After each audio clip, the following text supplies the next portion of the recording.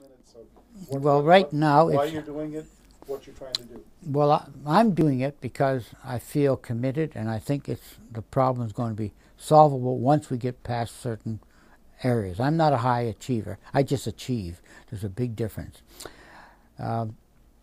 This is going to be more readily available, but what has to be done is awareness of this kind of disease in the public, in the professions, all of them, even amongst the people who are ill themselves. They've got to understand that this will be solved.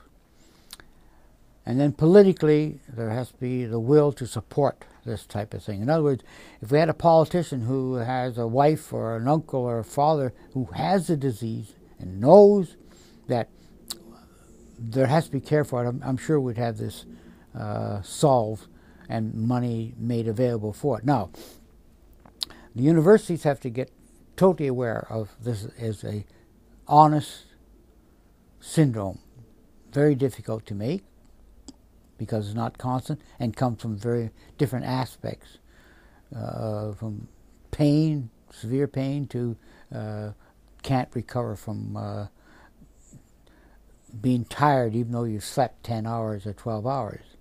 And then the next minute you can get up and dance. This is very, very strange combinations of symptoms. So what we got to do is this awareness program has to come out, and I'm hoping this will be part of that awareness program.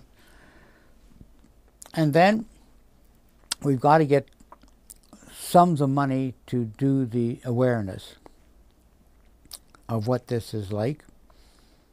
And we have to get a patron who's high up in the hierarchy of our population that is afflicted suddenly, and then people can say, oh, it happens to him too. Somehow or other we got to get this data out that this is real, and it's rather modern, so it could be multiple chemicals affecting the body or multiple viruses, because we're getting all kinds of new things.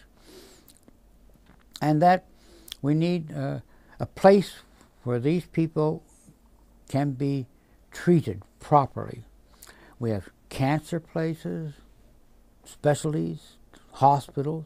We have heart and stroke specialties, hospitals.